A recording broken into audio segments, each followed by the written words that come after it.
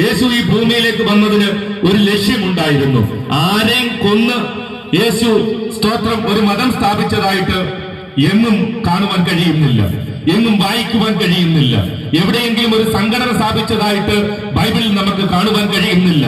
യേശു ഈ ഭൂമിയിലേക്ക് വന്നത് ഉൽപ്പത്തി ആരംഭിക്കുമ്പോൾ 3-ാം അധ്യായം 2 അവസാനം 3 ആദ്യം വായിക്കുമ്പോൾ നമുക്കവിടെ കാണുവാൻ കഴിയും. ദൈവം മനുഷ്യനെ മണ്ണുകൊണ്ട് സൃഷ്ടിച്ചു. അവന്റെ മൂക്കിൽ ജീവശ്വാസം ഊതി അവൻ ജീവനുള്ള ദേഹിയായി തീർന്നു. അങ്ങനെ മണ്ണുകൊണ്ട് ദൈവം ആദിമ മനുഷ്യനായ ആദമിനെ ഏദനിൽ സൃഷ്ടിച്ചു. അവന്റെ വാരിയിൽ നിന്ന് ഊരിയെടുത്ത് അവന് ഗാഠനിദ്ര വരുത്തി. അവന്റെ വാരിയലിൽ നിന്ന് ഊരിയെടുത്ത് അവന് തക്കതായ ഒരു തുണയെ സൃഷ്ടിച്ചു, ഹൗവ. അങ്ങനെ ഏദനിൽ ആദ്യമായി ആണിനെയും പെണ്ണിനെയും കൂട്ടിച്ചേർത്ത് വിവാഹം നയിച്ച സർവശക്തനായ ദൈവം ഏദനിൽ ആദമിന്റെയും ഹൗവയുടെയും വിവാഹം നടത്തി അവരെ രണ്ടുപേരെയും ഒരുമിപ്പിച്ചു. ഈ തോട്ടത്തിലുള്ള സകല വൃക്ഷങ്ങളുടെയും ഫലം നിങ്ങൾക്ക് കഴിക്കാം, എന്നാൽ തോട്ടത്തിന് നടുവിലുള്ള നന്മ തിന്മകളെ കുറിച്ച് തിരിച്ചറിയുന്ന വൃക്ഷത്തിന്റെ ഫലം നിങ്ങൾ കഴിക്കരുത്. കഴിക്കുന്ന നാളിൽ നിങ്ങൾ മരിക്കും. സർവശക്തനായ ദൈവം ദൈവത്തിന്റെ സൃഷ്ടികളായ മനുഷ്യരോട് തന്റെ സാദൃശ്യത്തിലും സ്വരൂപത്തിലും സൃഷ്ടിച്ച ആദമിനും ഹവ്വയോട് ദൈവം കൽപ്പിച്ചു, ഈ തോട്ടത്തിലുള്ള നടുവിലുള്ള വൃക്ഷത്തിന്റെ ഫലം നിങ്ങൾ തിന്നരുത്, അത് തിന്നാൽ നിങ്ങൾ മരിക്കും. എന്നാൽ ഏദനിൽ ഉപായത്താൽ അവിടേക്ക് സാത്താൻ കടന്നു വരികയാണ്. 2 മനുഷ്യർ മാത്രമുണ്ടായിരുന്ന നല്ല സാഹചര്യങ്ങൾ ദൈവമാക്കി വെച്ച സ്വർഗീയ അനുഗ്രഹങ്ങളാൽ നിറച്ച ആദമിനെയും ഹൗവയെയും ആക്കി വെച്ചിരുന്ന ഏദൻ തോട്ടത്തിലേക്ക് ഉപായത്താൽ സാത്താൻ കടന്നു വന്ന് ഉപായത്താൽ ഹൗവയുടെ അടുക്കലേക്ക് കടന്നു വന്ന് വാസ്തവമായി നിങ്ങൾ ഈ തോട്ടത്തിലുള്ള നടുവിലെ വൃക്ഷത്തിന്റെ ഫലം തിന്നരുതെന്ന് ദൈവം വാസ്തവമായി കൽപ്പിച്ചിട്ടുണ്ടോ എന്ന് ചോദിക്കുന്ന ചോദ്യത്തിന് മറുപടിയായി തിന്നുകയും അരുത്, തൊടുകയും അരുത് എന്ന് കൽപ്പിച്ചിട്ടുണ്ട് എന്ന് ഹൗവ സാത്താനോട് പറഞ്ഞു. സാത്താൻ പറഞ്ഞു, ഇല്ല, ഇത് തിന്നാൽ നിങ്ങളുടെ കണ്ണു തുറക്കുകയും നിങ്ങൾ നന്മ തിന്മകളെ കുറിച്ച് തിരിച്ചറിയുന്നവരായി ദൈവത്തെ പോലെ ആകുകയും ചെയ്യുമെന്ന് ദൈവം അറിയുന്നു എന്ന് സാത്താൻ ഉപായത്താൽ അവരോട് പറയുകയാണ്. എന്നാൽ പിന്നെ കൊള്ളാം, ദൈവത്തെ പോലെയൊക്കെ ആകുവാൻ കഴിയുമെങ്കിൽ ദൈവത്തെ പോലെ ആക്കുവാൻ കഴിയുന്ന ഈ പഴം അതൊന്ന് പറിച്ചു തിന്നാൽ ദൈവത്തെ പോലെ ആകുവാൻ കഴിയുമെങ്കിൽ ഒരു പഴം തിന്നുന്ന കാര്യമല്ല ഉള്ളൂ, ഒരു പഴം അങ്ങ് തിന്നേക്കാം. ദൈവത്തെ പോലെയൊക്കെ ആകുവാൻ കഴിയുമെങ്കിൽ, സാധാരണ മനുഷ്യർക്ക് ദൈവത്തെ പോലെയൊക്കെ ആകുവാൻ കഴിയുമെങ്കിൽ എന്നാൽ പിന്നെ അതിലൊരു പഴം അങ്ങ് തിന്നുകളയാം എന്നൊരു ചിന്ത ഹവ്വയുടെ ഹൃദയത്തിലുണ്ടായി. പിന്നെ ഒന്നും നോക്കിയില്ല. ദൈവത്തെ പോലെ ആകുമെന്ന് പറഞ്ഞ സാത്താന്റെ വാക്ക് വിശ്വസിക്കുകയും അത് തിന്നുന്ന നാളിൽ മരിക്കുമെന്ന് പറഞ്ഞ ദൈവത്തെ അവിശ്വസിക്കുകയും ചെയ്തുകൊണ്ട് സാത്താന്റെ വാക്കിനെ വിശ്വസിച്ച ഹൗവ ആ പഴം പറിച്ച് തിന്നു. താൻ തിന്നുക മാത്രമല്ല, തന്റെ കൂടെ വസിക്കുവാൻ ഭർത്താവായി ദൈവം ഹൗവയ്ക്ക് കൊടുത്ത ആദമിനൂടെ പകുതി കൊടുക്കുവാൻ ഹൗവ മറന്നുപോയില്ല. കാരണം ഞാൻ ദൈവത്തെ പോലെ ആകുമ്പോ എന്റെ ഭർത്താവോട് ദൈവത്തെ പോലെ ആയിക്കോട്ടെ എന്നുള്ളൊരു ചിന്ത ഹൗവയുടെ ഉള്ളിൽ വന്നതാണ്. ഹൗവ കൊടുത്തു പഴത്തിന്റെ പകുതി ആദമിന്. ആദമും ഒന്നും നോക്കിയില്ല. ദൈവമാക്കി വെച്ച ആദമ്, ദൈവം ഉണ്ടാക്കിയ ആദം ദൈവത്തോട് ചോദിക്കാൻ നിന്നില്ല. ഭാര്യയല്ലേ, തന്റെ പകുതിയല്ലേ, തന്നതല്ലേ, തിന്നേക്കാമെന്ന് വിചാരിച്ചു. ഹൗവയും മേടിച്ച് തിന്നു. ആദമും മേടിച്ച് തിന്നു. ഹൗവ തിന്നതിന്റെ പകുതി പഴം. രണ്ടുപേരുടെയും കണ്ണു തുറന്നു. നോക്കിയപ്പോ തുണി എടുത്തിട്ടില്ല എന്നുള്ള സത്യം അവർക്ക് വാസ്തവമായി അവരുടെ നഗ്നത വെളിപ്പെട്ടു.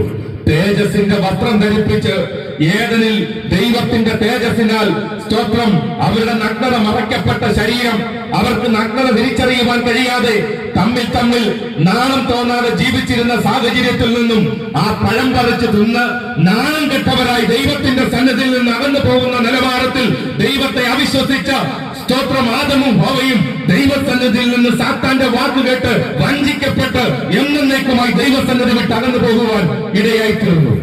അങ്ങനെ ദൈവസന്നിധി വിട്ട് അകന്നു പോയ 2 മനുഷ്യർ അവർ ഈ ഭൂമിയിൽ സ്തോത്രം സാത്താനെ തള്ളിക്കളഞ്ഞിടത്തേക്ക് മനുഷ്യരും ശപിക്കപ്പെട്ടവരായി അടിമവേല ചെയ്യുവാൻ വേർപ്പുകൊണ്ട് അധ്വാനിച്ച് സ്വന്തം ഉപജീവനം കഴിക്കേണ്ടതിന് ദൈവം അവരെ ഈ ഭൂമിയിലേക്ക് ഏദനിൽ നിന്ന് തള്ളിക്കളയുവാൻ തക്കവണ്ണം ഇടയായി തീർന്നു. അങ്ങനെ തള്ളപ്പെട്ടു പോയ, ദൈവസന്നിധി വിട്ട് അകന്നു പോയ ആദമിന്റെയും ഹവ്വയുടെയും പിൻതലമുറക്കാരായി വന്ന, പാരമ്പര്യക്കാരായി വന്ന, പൗരോഹിത്യക്കാരായി വന്ന ജനം, ദൈവത്തിൽ നിന്ന് അകന്നുപോയ ജനം, ആ ജനത്തിന്റെ പാരമ്പര്യ തലമുറകളാണ് ഇന്ന് ഇവിടെ കാണുന്ന ഹിന്ദുവും മുസൽമാനും ക്രിസ്ത്യാനിയും ജൈനനും ബുദ്ധനും എന്ന് വേണ്ട പാഴ്സിയും എല്ലാം ആ ആദമിന്റെയും ഹവ്വയുടെയും ശപിക്കപ്പെട്ട പിൻതലമുറക്കാരായി വന്ന, ദൈവത്തിൽ നിന്ന് അകന്നുപോയ പാരമ്പര്യ സ്തോത്രം തലമുറകളാണ്. ഞാനും എന്നെ കേൾക്കുന്ന ഏത് വിശ്വാസത്തിലുള്ള വ്യക്തിയായിരുന്നാലും ആദമിന്റെയും ഹവ്വയുടെയും പിൻതലമുറക്കാരാണ്. എന്നാൽ അങ്ങനെ ശപിക്കപ്പെട്ട, ദൈവത്തിൽ നിന്ന് അകന്നുപോയ മനുഷ്യനെ ദൈവത്തോട് അടുപ്പിക്കുവാൻ സ്തോത്രം ന്യായപ്രമാണ കാലഘട്ടം, ന്യായപ്രമാണ യുഗം, പഴയ നിയമ കാലഘട്ടത്തിൽ എന്തായിരുന്നു? പാപത്തിന് പരിഹാരമായി പാപപരിഹാര യാഗങ്ങൾ, പാപയാഗങ്ങൾ, ഭോജനയാഗങ്ങൾ, ഹനനയാഗങ്ങൾ, ഇങ്ങനെ പലവിധ യാഗങ്ങളായിരുന്നു മനുഷ്യൻ ദൈവത്തോട് അടുക്കുവാൻ ദൈവസന്നിധിയിൽ അർപ്പിച്ചുകൊണ്ടിരുന്നത്. എന്നാൽ ദൈവത്തിന്റെ സന്നിധിയിൽ അടുക്കുവാൻ മനുഷ്യൻ ദൈവത്തോട് നിരക്കുവാൻ ചെയ്യുന്ന യാഗങ്ങൾ കൊണ്ടും കുരുതികൾ കൊണ്ടും ആടുമാടുകളുടെ രക്തം ആറുപോലെയും നദി പോലെയും ഈ ഉലകത്തിൽ ഒഴുക്കിയിട്ടൊന്നും ദൈവത്തിന്റെ സന്നിധിയിൽ അടുക്കുവാൻ കഴിയാതെ വണ്ണം വീണ്ടും വീണ്ടും പാപം ചെയ്ത് ദൈവത്തോട് അകന്നുകൊണ്ടിരുന്ന മനുഷ്യൻ ഒരിക്കലും പാപത്തിൽ നിന്ന് വിട്ടുമാറാതെ പാപത്തിന്റെ ശമ്പളമായ മരണത്തിലേക്ക് നടന്നു നീങ്ങിക്കൊണ്ടിരുന്ന മനുഷ്യൻ പാപം ചെയ്യുന്നു, യാഗമർപ്പിക്കുന്നു, പാപം ചെയ്യുന്നു, കുരുതിയെ കൊടുക്കുന്നു, പാപം ചെയ്യുന്നു, പാപയാഗങ്ങൾ നടത്തുന്നു, പാവിനെയും ആടിനെയും മാടിനെയും കുറപ്രാവുകളെയും പാപത്തിന്റെ സ്തോത്രം പരിഹാര യാഗമായി ഈ ഭൂമിയിൽ ഒന്നിനു പുറകെ ഒന്നായി കഴിക്കുന്നതല്ലാതെ ഇത് ചെയ്യുന്നവനോ ചെയ്യിപ്പിക്കുന്നവനോ ഒന്നും പാപത്തിൽ നിന്ന് വിട്ടുമാറാതെ വീണ്ടും പാപത്തിന്റെ അടിമത്തത്തിലേക്ക് തള്ളപ്പെട്ടുകൊണ്ടിരുന്നു. അങ്ങനെ തള്ളപ്പെട്ടു പോയ മനുഷ്യനെ, അങ്ങനെ തള്ളിക്കളഞ്ഞ ദൈവത്തിന്റെ സന്നിധിയിലേക്ക് അടുപ്പിക്കുവാൻ ഈ ഉലകത്തിൽ ഒരാചാരങ്ങൾക്കും അനുഷ്ഠാനങ്ങൾക്കും കർമ്മമാർഗങ്ങൾക്കും നേർച്ച കാഴ്ചകൾക്കും ഈ ഉലകത്തിൽ ഒരു മനുഷ്യൻ ചെയ്യുന്ന പാപത്തിന്റെ പരിഹാര യാഗങ്ങൾ കൊണ്ടും കർമ്മങ്ങൾ കൊണ്ടും നേർച്ചകൾ കൊണ്ടും കാഴ്ചകൾ കൊണ്ടും സ്തോത്രം ദൈവത്തോട് അടുപ്പിക്കുവാൻ കഴിയാതെ ദൈവത്തിൽ നിന്ന് അകന്നുപോയ മനുഷ്യനെ ദൈവത്തോട് അടുപ്പിക്കുവാൻ വേണ്ടി ദൈവം തന്നെ ഈ ഭൂമിയിൽ ഒരു പദ്ധതി ഒരുക്കി. ആ പദ്ധതിയാണ് ഇന്ന് ഈ അനീഷ് ഖലീഫ ഇവിടെ നിന്നുകൊണ്ട് വിളിച്ചു പറയുന്ന സുവിശേഷത്തിന്റെ പദ്ധതി. ആ സുവിശേഷ സന്ദേശം അഖില ലോക രക്ഷകനും ഉലകത്തിന്റെ നായകനും ഈ ഉലകത്തെ ചമച്ചവനും അഖിലാണ്ടത്തെ സൃഷ്ടിച്ചവനുമായ ഈ ഭൂമിയെ ഒറ്റവാക്കി ഉളവാക്കിയ അഖില ലോക രക്ഷകൻ, ഉലകത്തിന്റെ നായകൻ, ഉലക ലോക നേതാവ് യേശു ക്രിസ്തു 2025 വർഷങ്ങൾക്ക് മുമ്പ് അവൻ സ്വർഗത്തെ വെടിഞ്ഞ് ഈ താണഭൂമിയിലേക്ക് ഇറങ്ങി വന്ന് അവൻ വേഷത്തിൽ മനുഷ്യനായി ദാസരൂപം എടുത്തുകൊണ്ട് തന്നെത്താൻ താഴ്ത്തി ക്രൂശിലെ മരണത്തോളം അനുസരണമുള്ളവനായി തീർന്നു. എന്തിനു വേണ്ടിയാണ്? ഈ ഭൂമിയിലേക്ക് ദൈവം മനുഷ്യനായി വേഷത്തിൽ മനുഷ്യപുത്രനായി ദാസനായി ദാസരൂപമെടുത്ത് സർവശക്തനായ ദൈവം ഈ ഭൂമിയിലേക്ക് ഇറങ്ങി വന്നത് എന്തിനു വേണ്ടിയാണ്? ഈ ഉലകത്തിൽ ഒരു ദൈവം, സർവത്തിന്റെയും ഉടയവൻ, സർവത്തെയും സൃഷ്ടാവായ സകല സൃഷ്ടിയുടെയും സൃഷ്ടികർത്താവായ ദൈവം കേവലം ഒരു മനുഷ്യനായി ഈ താണഭൂമിയിലേക്ക് ഏറ്റവും താഴപ്പെട്ടവനായി താഴ്ത്തപ്പെട്ടവനായി ഇറങ്ങി വന്നത് എന്തിനു വേണ്ടിയാണ്? ഒരിക്കലും രക്ഷപ്പെടുത്തുവാൻ കഴിയാതെ എന്നേക്കും സാത്താന്റെ അടിമത്തത്താൽ വഞ്ചിക്കപ്പെട്ട് മനുഷ്യ തലമുറയെ വഞ്ചിച്ച് ദൈവസന്നിധിയിൽ നിന്ന് അകറ്റി എന്നേക്കും സ്വർഗത്തിൽ നിന്ന് തള്ളപ്പെട്ടവരായി നരകത്തിന്റെ അവകാശികളായി തീർത്ത സാത്താന്റെ പദ്ധതിയിൽ നിന്നും സാത്താന്റെ പൈശാചിക വഞ്ചനയിൽ നിന്നും എന്നേക്കും മനുഷ്യനെ വീണ്ടെടുക്കുവാൻ, മനുഷ്യനെ രക്ഷിക്കുവാൻ, മനുഷ്യന്റെ വീണ്ടെടുപ്പ് വിലയായ സ്തോത്രം മാനുഷിക രക്തം ചൊരിഞ്ഞിട്ടല്ലാതെ പാപത്തിന് വിമോചനമില്ല. പാപത്തിൽ നിന്ന് ജനത്തെ മോചിപ്പിക്കുവാൻ, പാപത്തിൽ നിന്ന് മോചനം നൽകുവാൻ, മനുഷ്യന്റെ പാപത്തിനു വേണ്ടി ദൈവം ഈ ഭൂമിയിൽ മനുഷ്യനായി കന്യകയായ മറിയത്തിന്റെ ഉദരത്തിൽ പരിശുദ്ധാത്മാവിൽ ഉരുവായി അവൻ 30 വർഷക്കാലം മാതാപിതാക്കൾക്ക് കീഴ്പ്പെട്ട് ജീവിച്ച് 30ാമത്തെ വയസ്സിൽ യോർദാൻ നദിയിൽ യോഹന്നാൻ സ്നാപകന്റെ കൈക്കീഴിൽ സ്നാനപ്പെട്ട് അവൻ കരയ്ക്ക് കയറിയപ്പോൾ പരിശുദ്ധാത്മാവ് പ്രാവെന്ന പോലെ അവന്റെ മേൽ ഇറങ്ങി വന്നു. ഇവൻ എന്റെ പ്രിയപുത്രൻ, ഇവനിൽ ഞാൻ പ്രസാദിച്ചിരിക്കുന്നു എന്ന് സ്വർഗം ഹല്ലേലൂയ തന്റെ പുത്രനായ യേശുവിനെ മഹത്വപ്പെടുത്തി. അതിനു മുന്നമേ ഈ ലോകം പുരോഹിതന്മാർ, സ്തോത്രം, ഹല്ലേലൂയ പരീശന്മാർ, വേശ്യാപുത്രനെ, തച്ചന്റെ മകനെ, ഹല്ലേലൂയ മറിയയുടെ മകനെ എന്നൊക്കെ ആക്ഷേപിച്ചപ്പോഴും സ്വർഗത്തിൽ നിന്ന് ഒന്നും ഉണ്ടായിട്ടില്ല.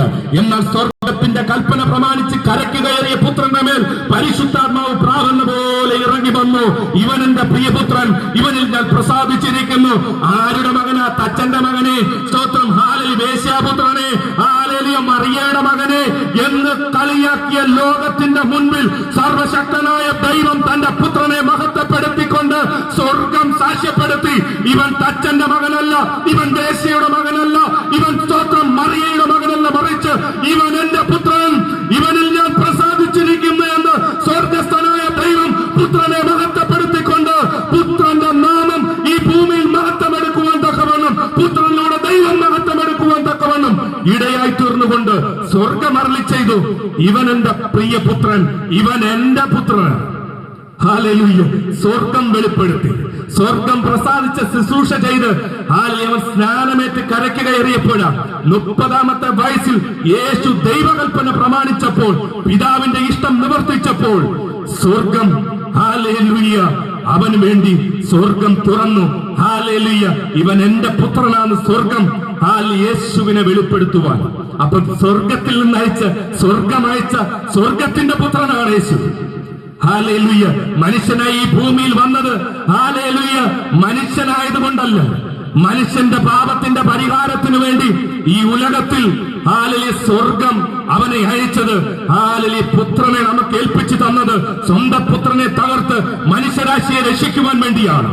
ഈ ഉലകത്തിൽ ആണും പെണ്ണുമായി ജനിച്ച ആരൊക്കെയുണ്ടോ അവരെയൊക്കെ രക്ഷിക്കുവാൻ ഈ ഉലകത്തിൽ ഒരേ ഒരു മാർഗം, ഒരേ ഒരു രക്ഷ, ഒരേ ഒരു രക്ഷകൻ, ഒരേ ഒരു രക്ഷാ പദ്ധതി. ആ പദ്ധതിയെ കുറിച്ചാണ് ഞങ്ങൾ ഇവിടെ വിളിച്ചു പറയുന്നത്. സഹോദരങ്ങളെ, ഈ ഭൂമിയിൽ പല രക്ഷയും പലതും പറഞ്ഞ് പിശാച് മനുഷ്യരെ വഞ്ചിച്ചു. അതുപോലെ ഇന്നും പൈസയുടെയും സമ്പത്തിന്റെയും സ്ഥാനമാനങ്ങളുടെയും ധനത്തിന്റെയും പേരിൽ പലതും പറഞ്ഞ് പിശാച് മനുഷ്യരെ വഞ്ചിച്ചുകൊണ്ടിരിക്കും. എന്നാൽ സ്വർഗം, ഹല്ലേലൂയ, തന്റെ പുത്രനെ ഏൽപ്പിച്ചു തന്നത്, തന്റെ ഏകജാതനായ പുത്രനിൽ വിശ്വസിക്കുന്ന ഏവനും നശിച്ചു പോകാതെ നിത്യജീവൻ പ്രാപിക്കേണ്ടതിന് ദൈവം തന്റെ പുത്രനായ ക്രിസ്തുവിനെ നൽകുവാൻ തക്കവണ്ണം ഈ ലോകത്തെ സ്നേഹിച്ചു. ഈ ലോകത്തെ സ്നേഹിച്ചത് നിമിത്തം തന്റെ സ്വന്തം പുത്രനെ തകർത്തു കളയുവാൻ പിതാവിന് ഇഷ്ടം തോന്നി. അങ്ങനെയെങ്കിൽ ഒരു എക്സാമ്പിളോടെ പറഞ്ഞ് ഈ സന്ദേശം ഇവിടെ അവസാനിപ്പിക്കുകയാണ്. ദൈവം, ഹല്ലേലൂയ, ലേഖനങ്ങളിൽ കൊരിന്ത്യർ ലേഖനം വായിക്കുമ്പോൾ ഇങ്ങനെ കാണുന്നു, ഇത്ര വലിയ രക്ഷയെ നാം ഗണ്യമാക്കാതെ പോയാൽ വരുവാനുള്ള ശിക്ഷാവിധിയിൽ നിന്ന് എങ്ങനെ തെറ്റിയൊഴിയും? ആർക്കും ഒഴിയാൻ കഴിയത്തില്ല കേട്ടോ, ആർക്കും തെറ്റാനും പറ്റത്തില്ല. ഇവിടെ പല സാഹചര്യങ്ങൾ പറഞ്ഞ് പ്രാർത്ഥനയ്ക്ക് പോകാതിരിക്കാം, ഇവിടെ പല സാഹചര്യങ്ങൾ പറഞ്ഞ് സുവിശേഷം കേൾക്കാതിരിക്കാം, ഇവിടെ പല സാധ്യതകളും സാഹചര്യങ്ങളും ഒരുക്കി ജോലിയും സ്ഥാനങ്ങളും മാനങ്ങളും പലതും പറഞ്ഞ് നമുക്ക് ഒഴിഞ്ഞു നിൽക്കുവാൻ സാഹചര്യങ്ങളും സാധ്യതകളുമുണ്ട്. എന്നാൽ സ്തോത്രം, മരണം എന്റെയും നിങ്ങളുടെയും അടുക്കൽ വന്നു കഴിഞ്ഞാൽ പിന്നെ സാഹചര്യങ്ങളൊന്നുമില്ല, പിന്നെ ഒരു സാധ്യതയുമില്ല. എല്ലാ സാധ്യതകളും അസ്തമിക്കുന്ന സമയമാണ് മരണമെന്ന് പറയുന്നത്. മരണം അത് നിശ്ചയമാണ്, സമയം നിശ്ചയമല്ല. എന്റെയും നിങ്ങളുടെയും ജീവിതത്തിൽ മരണം നിശ്ചയമാണ്. 5 വട്ടം ഹോസ്പിറ്റലിൽ കൊണ്ടുപോയി ഏതൊക്കെ മിടുക്കന്മാർ, ഏതൊക്കെ മെഡിക്കൽ സയൻസ് കണ്ടുപിടുത്തങ്ങളോടെ, അല്ലെങ്കിൽ ഏതൊക്കെ ഉന്നത നിലവാരത്തിൽ പഠിച്ചിറങ്ങിയ എത്ര ബിടെക്കും അല്ലെങ്കിൽ MBBS-ഉം PhD-യും അല്ലെങ്കിൽ PG-യും എന്തൊക്കെ ഡിഗ്രികൾ വാങ്ങിച്ചു കൂട്ടിയാലും, എത്രയൊക്കെ രക്ഷപ്പെട്ടെന്ന് പറഞ്ഞാലും 5 വട്ടം രക്ഷപ്പെട്ടാലും 6ാമത് മരിക്കണം സഹോദരങ്ങളെ. രക്ഷപ്പെട്ടതുകൊണ്ട് ഹല്ലേലൂയ ഡോക്ടർ ദൈവമായി എന്നെ രക്ഷിച്ചെന്നൊന്നും പറഞ്ഞിട്ട് കാര്യമില്ല. ദൈവം വിളിക്കുമ്പോ പോയേ പറ്റത്തുള്ളൂ. ഡോക്ടർമാരൊക്കെ ഡോക്ടർമാരാ, ദൈവം ദൈവവും. ഹല്ലേലൂയ. ഞാൻ എന്റെ മഹത്വം മറ്റൊരുത്തന് വിട്ടുകൊടുക്കത്തില്ലെന്ന് ദൈവവചനമാണ്. ഡോക്ടർമാർ ഒരു പ്രാവശ്യം രക്ഷപ്പെടുത്തിയെന്ന് പറഞ്ഞാലും, 2ാമതും രക്ഷപ്പെട്ടെന്ന് പറഞ്ഞാലും, 3ാമത് നീയും ഞാനും മരിക്കും, മരിച്ചേ മതിയാവൂ. മരിക്കാൻ വേണ്ടി വന്നവരാണ് ഞാനും നിങ്ങളും. പക്ഷേ അല്പസമയം ഈ ഭൂമിയിൽ ജീവിക്കുമ്പോ എന്തൊക്കെയായെന്ന് വെച്ച് എങ്ങനെയൊക്കെ ആയിത്തീർന്നെന്ന് വിചാരിച്ച് അനുസരിച്ച് നമുക്കൊന്നിനും ഒരാൾക്കും ഒന്നിനും അഹങ്കാരം പറയുവാനില്ല, ഒന്നുകൊണ്ടും അഹങ്കരിക്കുവാനില്ല. കാരണം ദൈവവചനം പറയുന്നു, ഏത് മനുഷ്യനും ഉറച്ചു നിന്നാൽ ഒരു ശ്വാസം അത്രേ. അപ്പൊ ശ്വാസം ഉള്ളത് കൊണ്ട് ഉറച്ചു നിൽക്കുകയാ. ഉറച്ചു നിന്നത് കൊണ്ട് ശ്വാസം വലിക്കുന്നതല്ല, മറിച്ച് ശ്വാസമുള്ളത് കൊണ്ട് മാത്രം ഉറച്ചു നിൽക്കുകയാ. ഹല്ലേലൂയ. അപ്പൊ ശ്വാസം പോയ എല്ലാം കഴിയും. ബൈബിൾ പറയുന്ന 70, ഏറെയായാൽ 80, 120 വയസ്സ് വരെയാണ് ആയുസ് ദൈവം കൊടുത്തിരിക്കുന്നത്. അതുവരെ പോകുന്നത് ചുരുക്കമാ. മനുഷ്യന്റെ അക്രമവും അനീതിയും അഴിഞ്ഞാട്ടവും നിമിത്തം 60, 50, 70 എന്ന് വേണ്ട 30, 40 എല്ലാം ഈ ലോകത്തിൽ നിന്ന് സ്തോത്രം പോയിക്കൊണ്ടിരിക്കുകയാ. കാരണം ദൈവത്തിന്റെ ഹല്ലേലൂയ, ദൈവം പറഞ്ഞിരിക്കുന്ന ആയുസ്സിൽ എത്തണമെങ്കിൽ അനീതിയും അക്രമവും വിട്ട് ജനം പിന്തിരിയാതെ, പാപത്തിൽ നിന്ന് പിന്തിരിയാതെ ദൈവം പറഞ്ഞ പൂർണ്ണായുസ്സിലേക്ക് എത്തുവാൻ മനുഷ്യന് കഴിയത്തില്ല. മനുഷ്യന്റെ ആയുസ് അറ്റു പോകുകയാ. ഹല്ലേലൂയ. എന്താണ് ഇതിന്റെ പിൻപിൽ? പാപം. പാപം നിമിത്തം മനുഷ്യന്റെ ആയുസ് അറ്റു പോകുകയാണ്. ദൈവത്തോട് അടുക്കുവാൻ കഴിയാതെ, ദൈവിക സത്യങ്ങൾ ഗ്രഹിക്കുവാൻ കഴിയാതെ, ദൈവത്തെ മനസ്സിലാക്കുവാൻ കഴിയാതെ, ദൈവ ഭയമില്ലാത്തവരായി ഈ ലോകത്തിൽ സ്വന്തം ഇഷ്ടങ്ങൾക്കും മാനങ്ങൾക്കും ധനങ്ങൾക്കും സ്ഥാനങ്ങൾക്കും വേണ്ടി എന്ത് അക്രമവും കാണിക്കുന്ന നിലവാരത്തിലേക്ക് ജനം പിന്തിരിഞ്ഞുകൊണ്ടിരിക്കുകയാണ്. യേശു നിങ്ങളെ നിങ്ങളുടെ പാപങ്ങളിൽ നിന്ന് വിടുവിക്കും. യേശു നിങ്ങളെ നിങ്ങളുടെ പാപത്തിൽ നിന്ന് വീണ്ടെടുക്കും. ഈ ഉലകത്തിൽ എന്തൊക്കെ ചെയ്താലും ഇതിനപ്പുറം ഒരു ന്യായവിധിയുണ്ട്. ആ ന്യായവിധി കർത്താവായ യേശു ക്രിസ്തു ഈ ഭൂമിയിൽ വന്ന് എന്റെയും നിങ്ങളുടെയും ജീവന്റെ മറവിലെയായി സ്വന്തം ജീവനെ നൽകി. പലരും ചോദിക്കുന്ന ഒരു ചോദ്യമുണ്ട്, യേശു ദൈവമാണ്, പിന്നെ ക്രൂശിൽ കയറേണ്ട ആവശ്യമുണ്ടായിരുന്നോ, മരിക്കേണ്ട ആവശ്യമുണ്ടായിരുന്നോ എന്ന്? ഉണ്ടായിരുന്നു. അങ്ങനെ ഒരു ചോദ്യമുണ്ടായിരുന്നു എന്റെയും ഹൃദയത്തിൽ. യേശു മരിച്ചത് കൊണ്ടാണ് എന്റെ പാപത്തിന്റെ ശമ്പളം മരണമാണ്. യേശു മരിച്ചത് എനിക്ക് വേണ്ടിയാണ്, നിനക്ക് വേണ്ടിയാണ്, നിങ്ങൾക്ക് വേണ്ടിയാണ്, ഞങ്ങൾക്ക് വേണ്ടിയാണ്. യേശു മരിച്ചത് കൊണ്ടാണ്, പാപത്തിന്റെ ശമ്പളം യേശു ഏറ്റെടുത്തത് കൊണ്ടാണ്, എന്റെയും നിങ്ങളുടെയും പാപത്തിന്റെ ശമ്പളമായ മരണം വഹിച്ചുകൊണ്ട് യേശു മരണത്തിലേക്ക് പോയത്. യേശു ദൈവമായതുകൊണ്ടാണ് മരണത്തെ ജയിച്ചുയർത്തെഴുന്നേറ്റുകൊണ്ട്, ഹേ മരണമേ നിന്റെ ജയമെവിടെ, ഹേ മരണമേ നിന്റെ വിഷമുള്ളവിടെ എന്ന് പറഞ്ഞുകൊണ്ട് മരണത്തിന്റെ വിഷമുള്ളിനെ ഓടിച്ച് പാതാള ശക്തികളെ തകർത്ത് മൂന്നാം നാൾ ഉയർത്തെഴുന്നേറ്റ യേശു ക്രിസ്തുവിനോട് മാത്രമേ രക്ഷയുള്ളൂ. രക്ഷകനും കർത്താവുമായ യേശു ക്രിസ്തുവിൽ വിശ്വസിക്കുന്ന ഏവനും നശിച്ചു പോകാതെ നിത്യജീവനിലേക്ക് കടക്കുവാൻ തക്കവണ്ണം ഇടയായി തീരും. യേശു ക്രിസ്തുവിൽ വിശ്വസിച്ചാൽ നീയും നിന്റെ കുടുംബവും രക്ഷ പ്രാപിക്കും. പ്രിയ സഹോദര, യേശുവിലൂടെ മാത്രമേ രക്ഷയുള്ളൂ. എന്തു ചെയ്യണം? നേർച്ചകൾ വേണ്ട, കാഴ്ചകൾ വേണ്ട, മെഴുകുതിരി വെട്ടങ്ങൾ വേണ്ട, ആഘോഷങ്ങളും ആടിത്തിമിർപ്പുകളും ആചാരങ്ങളും ആവശ്യമില്ല. ഹൃദയം കൊണ്ട് യേശുവേ, ഞാനൊരു പാപിയാണ്, എന്റെ പാപത്തിന്റെ ശമ്പളമായ മരണത്തെ നീ ഏറ്റെടുത്തുകൊണ്ട് എന്നേക്കുമായി മരിച്ചടക്കപ്പെട്ട് മൂന്നാം നാൾ ഉയർത്തെഴുന്നേറ്റ് എന്റെയും നിന്റെയും പാപത്തിന്റെ പരിഹാരയാഗമായി തീർന്നു എന്ന് ഹൃദയം കൊണ്ട് വിശ്വസിക്കുവാൻ തയ്യാറായാൽ, യേശുവിനെ രക്ഷകനും കർത്താവുമായി സ്വന്തം ഹൃദയത്തിൽ ഏറ്റുപറയുവാൻ തയ്യാറായാൽ, യേശു നിങ്ങളുടെ എത്ര വലിയ പാപവും എത്ര വലിയ കൊടിയ പാപവും ഹല്ലേലൂയ ഹിമം പോലെ വെള്ളയാക്കി തീർക്കുന്ന യേശു ക്രിസ്തുവിന്റെ തങ്കച്ചോരയാൽ നിങ്ങളുടെ പാപം കഴുകപ്പെടുവാനിടയായി തീരും. പാപം കഴുകിയാൽ മാനസാന്തരപ്പെട്ട് നിങ്ങളുടെ പാപമോചനത്തിനായി ഓരോരുത്തൻ യേശു ക്രിസ്തുവിന്റെ നാമത്തിൽ സ്നാനപ്പെടുവിൻ. എന്നാൽ പരിശുദ്ധാത്മാവെന്ന ദാനം നിങ്ങൾക്കും ഹാലിൽ ലഭിക്കും. അങ്ങനെയെങ്കിൽ യേശു ക്രിസ്തുവിൽ കൂടെ പാപമോചനമുണ്ട്, യേശു ക്രിസ്തുവിൽ കൂടെ രക്ഷയുണ്ട്, യേശു ക്രിസ്തുവിൽ കൂടെ നിത്യജീവനുണ്ട്. മറ്റൊരുത്തരിലും രക്ഷയില്ല. നാം രക്ഷിക്കപ്പെടുവാൻ ആകാശത്തിൻ കീഴെ മനുഷ്യരുടെ ഇടയിൽ നൽകപ്പെട്ട യേശു ക്രിസ്തു എന്ന ഏകനാമമല്ലാതെ മറ്റൊരു നാമം ഈ ഉലകത്തിൽ ഇല്ലവേ ഇല്ല. ഈ യേശുവിനെ രക്ഷകനും കർത്താവുമായി സ്വീകരിക്കുവാൻ നിങ്ങളെ ഓരോരുത്തരെയും ദൈവം സഹായിക്കട്ടെ.